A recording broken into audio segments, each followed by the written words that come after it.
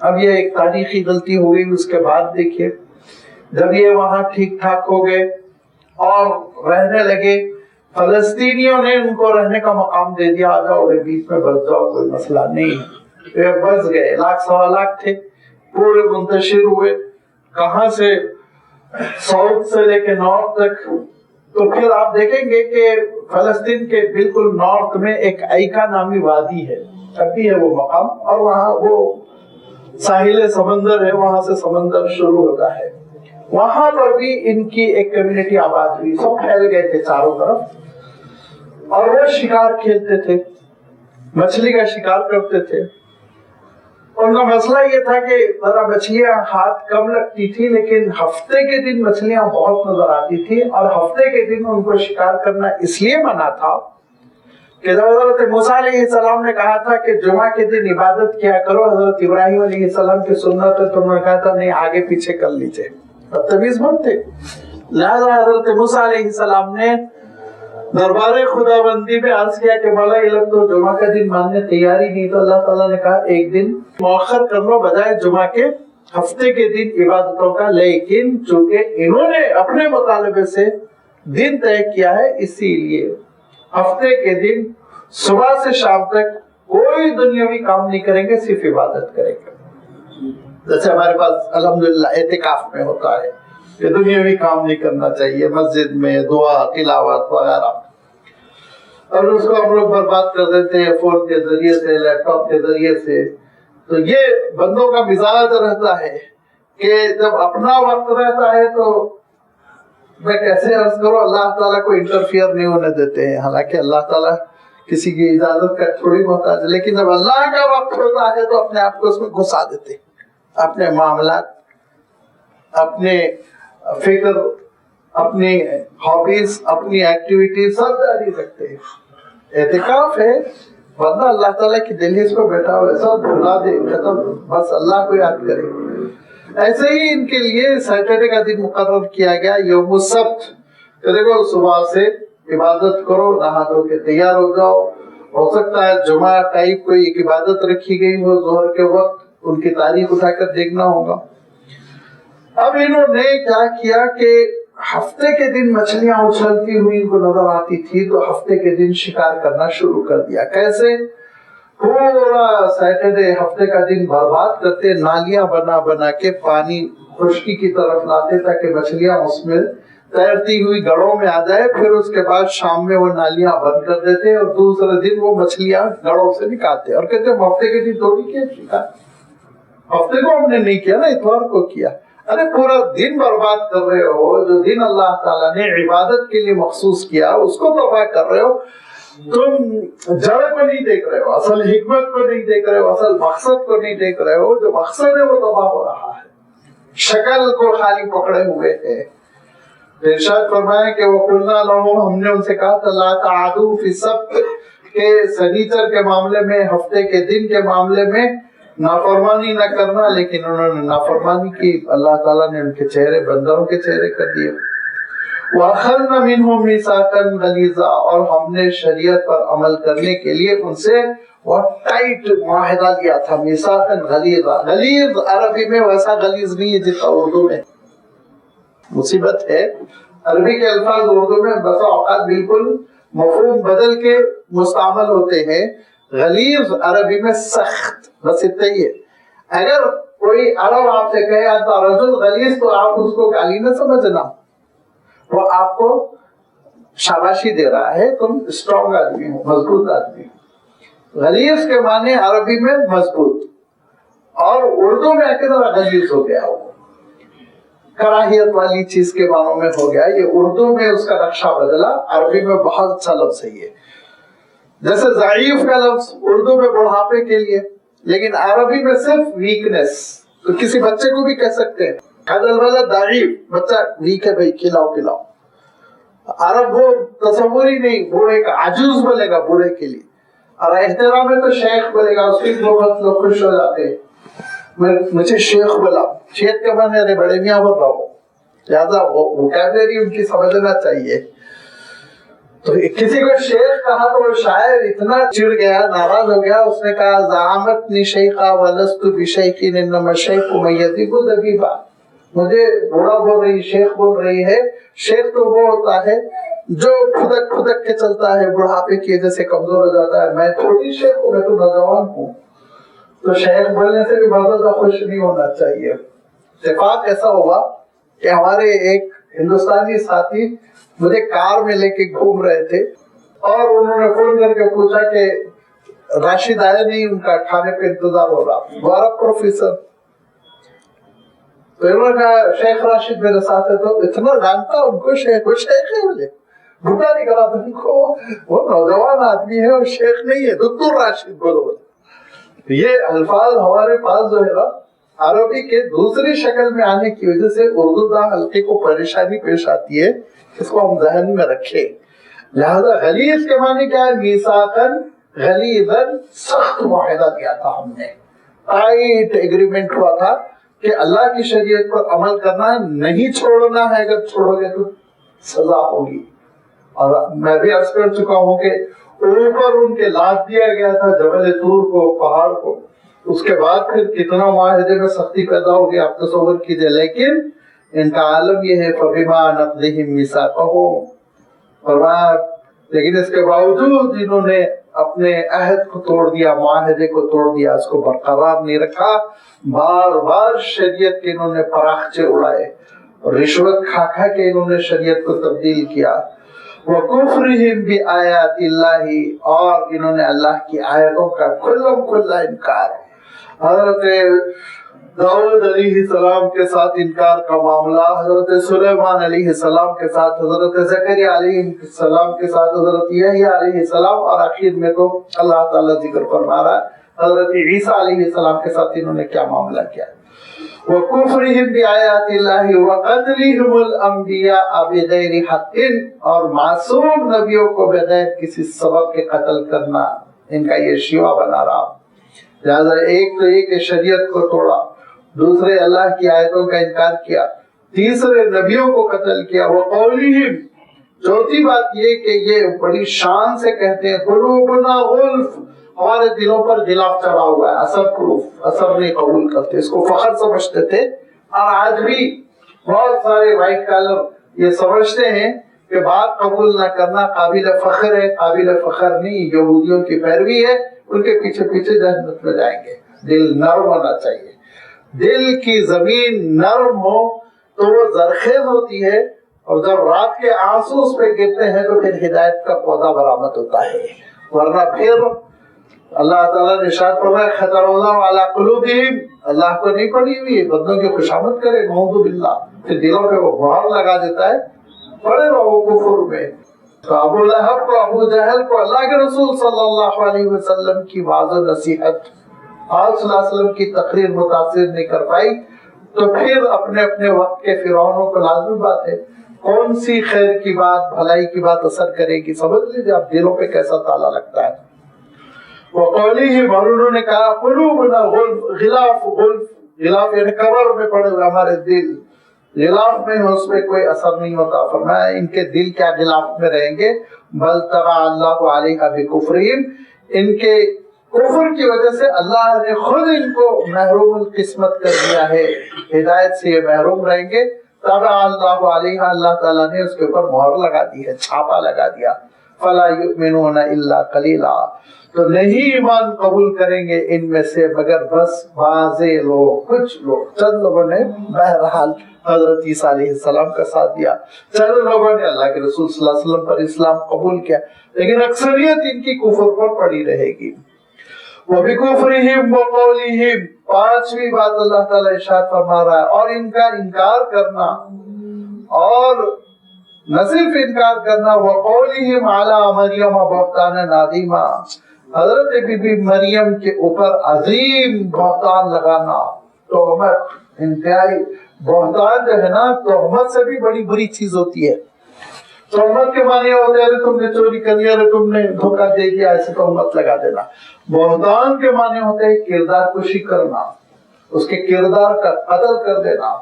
لہذا حضرت be be مریم جو اللہ تعالیٰ کی وہ صدیقہ بندی تھی جو حضرت زکریا علیہ السلام کی تربیت میں پروان چڑھی تھی، اور انہوں نے اپنے آپ کو اللہ تعالیٰ کی عبادت کے لیے وقف کر رکھا تھا، اور مسجد اقصیٰ کے گوشے میں وہ عبادتوں میں لگی ہوئی رہتی تھی، ایسی نیک۔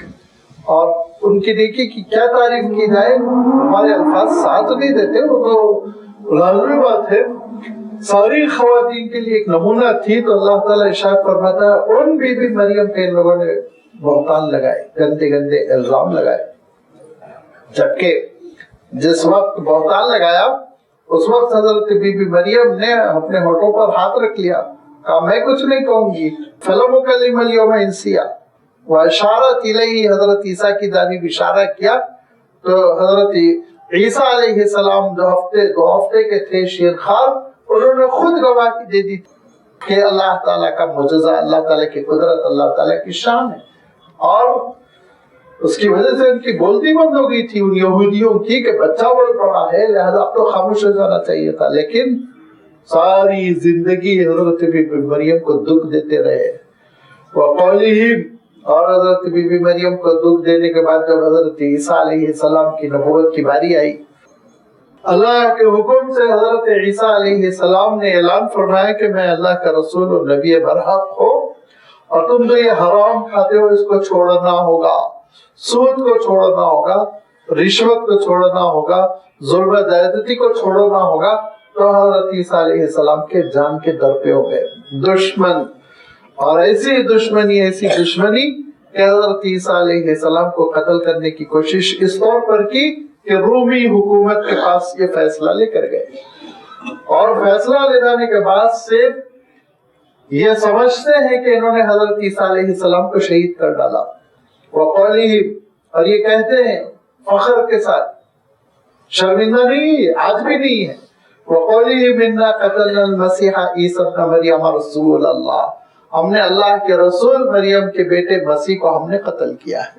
یہ ان کی تاریخ کا کارنامہ ہے جس کی وجہ سے عیسائی دنیا ان کی پیروی کر رہی ہے، اپنے آپ کو عیسائی بھی سمجھتے ہیں، اور حضرت عیسیٰ علیہ السلام کے قاتلوں کی پیروی بھی کرتے ہیں، جبکہ وہ آج بھی شرمندہ نہیں ہے، کوئی توبہ نہیں کی، انہوں نے اپنے لٹریچر کو تبدیل نہیں کیا۔ یہ ممکن تھا نا، یہ کہتے ارے وہ پرکھے تھے، بڑے لوگ تھے، غلطی انہوں نے کی، ہم ان کی غلطی میں شامل نہیں، ہرگز تو نہیں، ہم نے کیا ہٹایا ان کو راستے سے، ان کو راستے سے ہٹایا، وہ غلط پیغام دے رہے تھے۔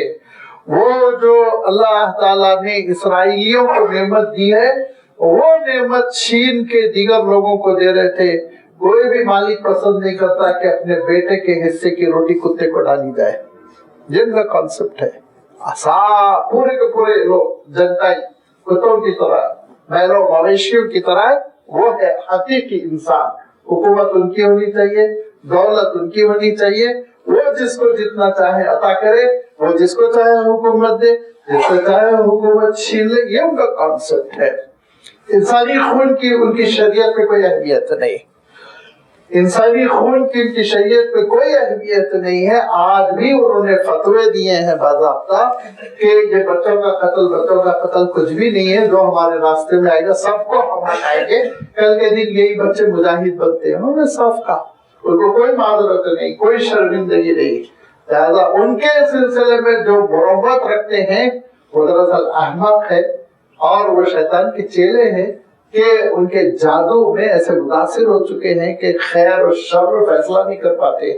لہذا یہ کہتے تھے وقولہم، ان کا یہ کہنا انا قتلنا المسیح عیسی ابن مریم رسول اللہ، اللہ کے ایسے بندے جو اللہ کے رسول تھے، جو مریم کے بیٹے عیسیٰ تھے، ان کو انہوں نے قتل کر ڈالا۔ اس پہ ان کو فخر ہے، ہاں نہ کہ یہ نادان ہے، بے وقوف ہے۔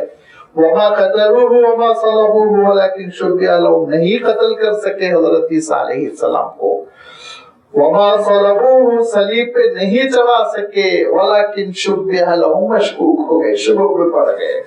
اور اس سے پہلے بھی میں عرض کر چکا ہوں کہ کیسے شبہ میں پڑ گئے، بہت ساری چیزیں ہیں، لیکن اگر آپ غور سے ان کی جو اناجیل اربعہ ہے اس کا مطالعہ کریں، چاہے متی کی انجیل، چاہے لوقا کی انجیل، آپ ان اناجیل کا مطالعہ کریں گے تو آپ دیکھیں گے کہ اگرچہ کہ تفصیل نہیں ہے لیکن ایسے لنکس ہے جس سے پتا چلتا ہے، ایسے اشارے ہیں جس سے پتا چلتا ہے کہ یہ شروع میں پڑ گئے، حضرت عیسیٰ علیہ السلام کو شہید نہیں کر سکے، کیونکہ ان میں یہ واقعہ آتا ہے کہ شمعون قرینی نامی ایک شخص تھا، جب حضرت عیسیٰ علیہ السلام کو انہوں نے رومی عدالت میں پیش کیا، اور پوائنٹیس نامی رومی جج تھا جس نے مجبوری کے ساتھ فیصلہ کیا، نہیں کرنا چاہ رہا تھا، لیکن لوگوں نے زبردستی کر کے اسے فیصلہ کروایا کہ 2 ڈاکوؤں کے ساتھ حضرت عیسیٰ علیہ السلام کو بھی سولی پہ چڑھایا جائے، صلیب پہ چڑھایا جائے۔ تو اس موقع پر شمعون قرینی بہت اچھل رہا تھا، جمعہ کا دن تھا، دوسرا دن سنیچر کا تھا، اس کے بعد ان کے پاس پاسور نامی ایک عید آتی ہے، یا آپ یوں کہہ لیجیے کہ روزوں کا ایک دن آتا ہے جس کو انہوں نے برباد کر دیا، روٹیاں نہیں کھاتے ہیں اور یہ وہ چیزیں کھاتے ہیں، کیا کیا کرتے ہیں پتہ نہیں، خرافات، روزوں کو برباد کر دیا۔ 6 دن یہ پاسوور چلتا ہے، غالباً مارچ میں یا اپریل میں آتا ہے، یہ 15 سے 21 مارچ شاید، یا 15 سے 21 اپریل تک یہ 6 دن اصلاً ہو سکتا ہے حضرت موسیٰ علیہ السلام نے روزے دیے ہوں ان کو، لیکن خرافات کرتے ہیں، خاص قسم کے کھانے بنا کے کھاتے ہیں، عام روٹی ووٹی نہیں کھاتے۔ یہ وہ پاسوور کا زمانہ شروع ہونے والا تھا، 6 دن اس میں وہ شریعت پہ عمل نہیں کر سکتے، یعنی دنیاوی احکام نہیں بجایا لا جا سکتا، عبادت کے لیے خالص ہو جانا تھا۔ تو اور یہ سوچ کے کہ حضرت عیسیٰ علیہ السلام کو اگر آج سلی نہ ہو جائے تو 1 ہفتے کے لیے معاملہ آگے بڑھ جائے گا، ہو سکتا ہے جج کی نیت بدل جائے۔ رومی حکومت کر رہے تھے نا، حکومت ان کی نہیں تھی، رومیوں کی حکومت تھی، اور رومیوں کو بہت زیادہ ان سے دلچسپی نہیں تھی، لہذا ان لوگوں نے مطالبہ کیا کہ آج ہی حضرت عیسیٰ علیہ السلام کو صلیب پہ لٹکایا جائے۔ جج نے بھی کہا جاؤ جو کرنا ہے کرو۔ تو ایک احاطہ ہوتا تھا جس کی گیٹ ہوتی تھی، اور اس احاطے کے اندر جتنا اسٹاف ہوتا تھا وہ اسٹاف یوں سمجھ لیجیے پولیس اسٹاف سے بالکل الگ، وہ دراصل وہ لوگ ہوتے تھے جو سولی پہ چڑھانے کی ڈیوٹی انجام دیتے تھے۔ آج بھی کچھ اس ٹائپ کا مسئلہ ہے کہ جو سولی پہ چڑھانے والا اسٹاف ہوتا ہے وہ پولیس سے ہٹ کر ہوتے ہیں، دوسرے ہوتے ہیں، اس میں ڈاکٹر ہوتا ہے، اس میں یہ ہوتا ہے، اس میں وہ ہوتا ہے۔ لہذا وہ احاطے کے اندر وہ حضرات تھے، اور احاطے کے باہر شام ہو رہی تھی، جلوس کی شکل میں حضرت عیسیٰ علیہ السلام کو لا رہے تھے، لیکن حضرت عیسیٰ علیہ السلام اپنی کمزوری اور ناتوانی کی وجہ سے صلیب اٹھا کر کھینچ نہیں پا رہے تھے۔ شمعون قرینی نے کہا کہ میں اٹھا لیتا ہوں، وہ اٹھایا، وہ چل رہا تھا آگے آگے، سب سے بڑا شیطان بنا ہوا تھا سردار، وہ نوجوان کھینچ کے لے کر چل رہا تھا، اور جیسے ہی گیٹ کھلی شمعون کو اندر کھینچ لیا سولی پہ چڑھانے والوں نے۔ یہ سمجھے کہ یہی مجرم ہے، گیٹ بند کر دی، باہر مجمع چیخ نعرے وارے، کیونکہ خود انجیل میں آتا ہے کہ حضرت عیسیٰ علیہ السلام جب دھیرے دھیرے چل رہے تھے تو آپ کا چہرہ چاند کی طرح چمکنے لگا تھا، اور گرد و غبار کی وجہ سے کپڑے جو میلے ہو گئے تھے وہ سفید براق ہو گئے تھے، اور اسی اثنا حضرت عیسیٰ علیہ السلام مجمع میں سے غائب ہو گئے، اللہ تعالیٰ نے آسمان پر اٹھا لیا۔ اور شمعون قرینی وہ اس احاطے کے اندر رات ہو رہی تھی، سورج ڈوبنے جا رہا تھا، اس کو صلیب پہ لٹکا دیا 2 ڈاکوؤں کے ساتھ، 3 صلیبیں لگی ہوئی ہیں۔ اب آپ ذرا سوچیے، لائٹ ویٹ کا تصور نہیں ہے نا، غور کیجیے آپ، آج سے 2000 سال پہلے کی بات ہے کہ وہاں دور گیٹ کے باہر احاطے سے مجمع دیکھ رہا ہے، یہاں 3 صلیبیں لگائی گئی ہیں، نصب کر دی گئی، اس پہ 3 آدمی لٹک رہے ہیں، وہاں تو بس اتنا ہی نظر آئے گا نا اندھیرے میں کہ 3 صلیبیں لٹکائی گئی، رات ہو گئی، اور مجمع کو پولیس والوں نے بھگا دیا، سپاہیوں نے کہا سب گھروں کو جاؤ، سب گھروں کو چلے گئے۔ ادھر دراصل حضرت عیسیٰ علیہ السلام کو سولی نہیں دے سکے تھے، اور اختلاف کیوں پڑ گیا کہ عیسائی جو سیدھے سادے تھے وہ 3 صلیب دیکھ رہے تھے، جو حضرت عیسیٰ علیہ السلام کے چاہنے والے تھے، جنہوں نے حضرت عیسیٰ علیہ السلام کی دعوت قبول کی تھی، لیکن کمزور تھے، بیکورڈ تھے، کناروں میں چھپ کے دیکھ رہے تھے، رو رہے تھے۔ یہودی اچھل رہے تھے، ان کو بھی لگا 3 صلیب ہے، لیکن جو سمجھدار یہودی تھے وہ کہہ رہے تھے کہ نہیں، جب مجمع میں عیسیٰ علیہ السلام تھے ان کا چہرہ چمک رہا تھا، وہ نور نظر نہیں آ رہا، یہ تینوں میں کچھ نہ کچھ ہوا۔ لہذا یہودیوں میں بھی ایک جماعت ہے جو اس بات کا اعتراف کرتی ہے کہ ہم حضرت عیسیٰ علیہ السلام کو صلیب پر چڑھا کر شہید نہیں کر سکے. نستوریہ فرقہ وہ کہلاتا ہے، وہ اعتراف کرتے ہیں، ان کے پاس روایتیں ہیں ایسی. ادھر ارشاد فرمایا کہ حضرت عیسیٰ علیہ السلام تو اللہ تعالیٰ کے پاس پہنچ گئے، رفع الی السماء آگے ذکر فرمایا. وَإِنَّ الَّذِينَ اخْتَلَفُوا فِيهِ لَفِي شَكٍّ مِّنْهُ. اب لوگ اختلاف میں پڑ گئے. ایک گروہ کہتا ہے کہ حضرت عیسیٰ علیہ السلام صلیب پہ چڑھ کے وفات پا گئے، ایک گروہ کہتا ہے نہیں بچ گئے، کوئی کچھ کہتا ہے، کوئی کچھ کہتا ہے. مَا لَهُمْ بِهِ مِنْ عِلْمٍ. ان کے پاس حقیقی علم کچھ نہیں ہے، إِلَّا اتِّبَاعَ الظَّنِّ. گیس کر رہے ہیں، گمان کی پیروی کر رہے ہیں. وَمَا قَتَلُوهُ يَقِينًا. ہرگز وہ قتل نہیں کر پائے. یقینی طور پر اللہ تعالیٰ کا فرمان ہے کہ حضرت عیسیٰ علیہ السلام کو قتل نہیں کر سکے. بل رفعہ اللہ الیہ. بلکہ اللہ نے ان کو اپنے پاس اٹھا لیا. اور یہ رفع کے معنی یاد رکھیے. میں وہی ابھی عرض کر رہا تھا نا، عربی زبان میں رفع کبھی موت کے بارے میں نہیں آتا، کبھی نہیں، کبھی نہیں آتا. تو لوگوں نے ڈنڈی ماری اور کہا رفع درجات، درجات کی بلندی مراد ہے. تو یاد رکھیے درجات کی بلندی کے لیے الہی کا صلہ کبھی نہیں آتا. اگر میں کوئی چیز نیچے سے اوپر اٹھاؤں تب میں کہوں گا الہی. رفعت الیہ، اپنی جانب میں نے وہ چیز اوپر اٹھائی.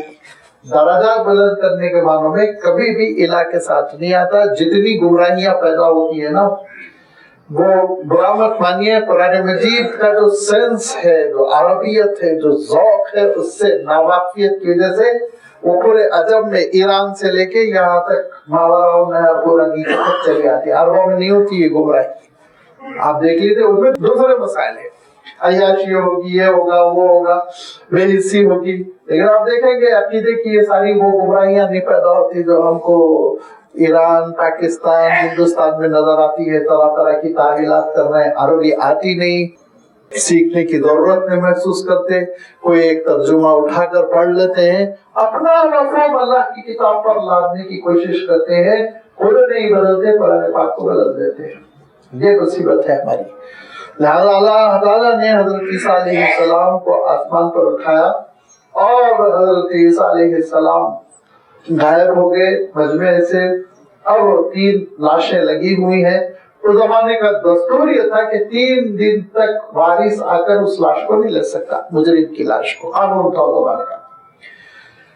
جب 3واں دن گزرا تو حضرت بی بی مریم اپنی بہن کو لے کر روتی ہوئی چلی کہ میں اپنے بیٹے کی لاش لے لوں. لیکن یہ اسرائیلی روایت ہے، یعنی عیسائیوں کی، یہ قرآن و حدیث سے نہیں ہے. امام ابن کثیر رحمۃ اللہ علیہ نے اس کو نقل کیا کہ بی بی مریم حضرت عیسیٰ علیہ السلام کی میت کو لینے کے لیے وارث کی حیثیت سے آگے بڑھ رہی تھی تو فرشتہ ظاہر ہوا. انہوں نے کہا کہ آپ بی بی کہاں جا رہی؟ کہا میں اپنے بیٹے کی لاش کو لینے جا رہی. کہا آپ گھر جائیے، وہ آپ کا بیٹا نہیں، وہ آپ کا بیٹا نہیں، اللہ تعالیٰ نے بدل دیا ہے.